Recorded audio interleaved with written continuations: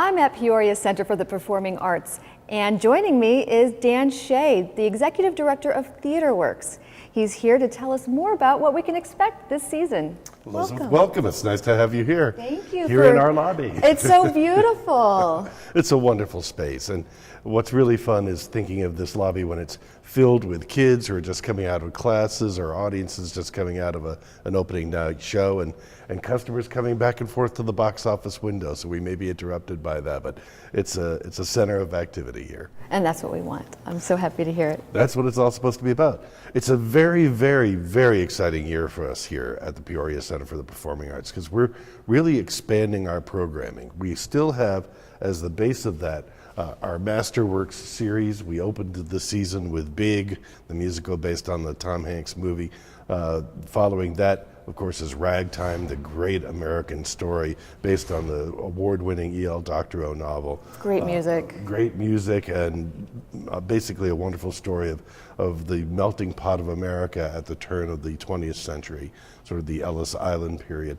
Lots of historical basis to the plot, and something that is really becoming it's well known both in curriculum of schools and well beloved by people who know and remember the novel. So we're really looking forward to that show.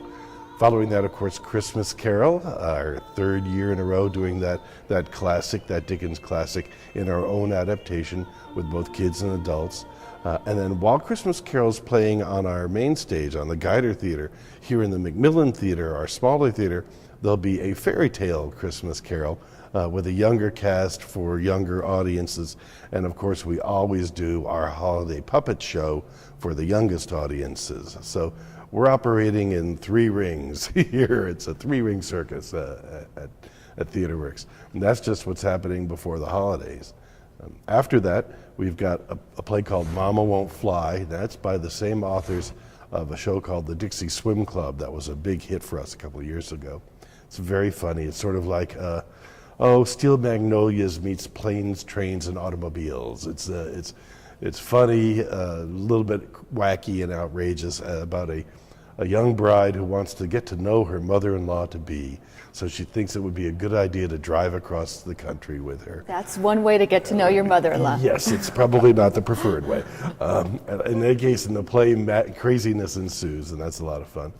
And then during spring training, we've got a really special event coming up. We'll be doing a world premiere production of a new musical that has the potential, the real potential, and most importantly, the real funding to go to Broadway. It's by a gentleman who is a very well-known composer. He's very experienced, but it's a new show. It's about a town in the Depression era that's kind of down on its luck, a Midwestern town. They need a little spirit. They need to boost their spirits, and they need a little bit of activity downtown too. So they decide to invent a barnstorming baseball team that plays all their games on the radio. They're all broadcast, but the only thing wrong with the team is that it doesn't actually exist. Oh, no. If you remember the scene in Bull Durham where they're recreating a baseball game, they click the 2 sticks together for the bats and things like that. That's actually what President Reagan did as his first job in show business back in the 30s. He was in, again, the same era. He was in his hometown of Dixon, Illinois, recreating baseball games from Chicago for the local radio stations. They didn't have the hookups then to be able to broadcast something nationally, so they would send out the results on a ticker, and local radio stations would do this. Anyway, that's a great bit of trivia. Oh, it's a wonderful bit on the of side trivia. note. But it's fun because it's a fun show. It's got a lot of heart, and we're going to be doing it right in the middle of spring training. So it's going to be part of our celebration. And the name of that is National Pastime. We got it right here behind us. And the wonderful thing about that is we're already working with our friends and colleagues over at the Peoria Sports Complex to tie in the marketing for that with our visitors from out of town. They'll love it. They absolutely They will love it. They absolutely will. It's also a great feather in our cap to be able to do this world premiere. They selected 4 theaters around the country to participate in this sort of tryout, pre-Broadway tryout, and we're one of them. So congratulations on that. We are honored by it. Then we close the season with a show called Dark of the Moon, which is sort of Twilight, Twilight-esque, if you're familiar with Twilight. Sure.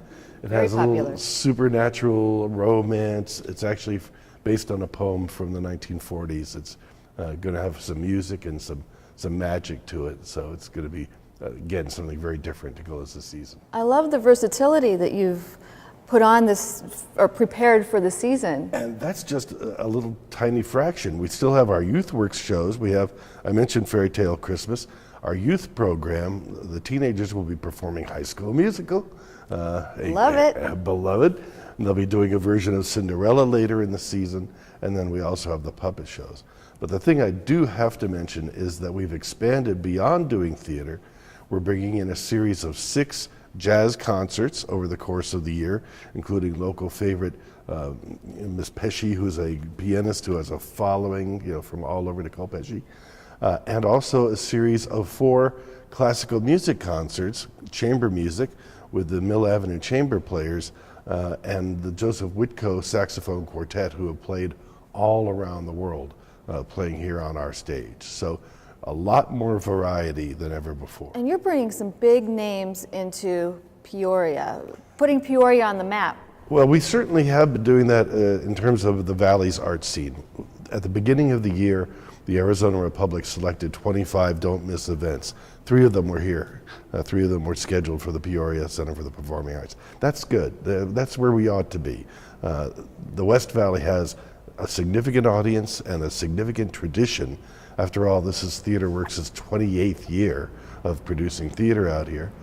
And we have this magnificent facility that was created by the citizens in the city of Peoria. We want to bring it to full use. Absolutely, and it's a little known gem in the community, in the valley, really. People should be traveling from Scottsdale, Tempe, Mesa, here for these wonderful shows. They do. I've talked just in the last week at the end of the run of Big. I was talking to people here in the lobby. Have you been here before? I've never seen this beautiful building. I had no idea. I've come over from Scottsdale, or I've come over from Buckeye. Here in the West Valley, it's so much closer than downtown. That's what we want to hear. We're tired of being the best kept secret. We don't want to be the best kept secret. We want to be known by everybody as the West Valley's destination for fine, affordable performing arts. And let's get to the affordable part of that, because I know you offer packages and quite a different variety of ways to get and purchase tickets. Oh, absolutely. Of course, tickets are always available, but we have discounts for season subscriptions, flex passes, also group sales are available. And then beginning in October this year, we're rolling out a membership program that will be available all year long for a tax-deductible membership, family membership or individual. You'll get access to all of the things that we do at our highest discount without having to tie yourself down to a specific date. Because these days people don't say, oh yes, in April on the 23rd, I want to go here. People decide at the last minute where they want to go. But you'll be able to be a member of the Peoria Center for the Performing Arts and get the best tickets we have at the best price we have whenever you decide to come. And that's true for the theater, for the music, and even for our camps and workshops.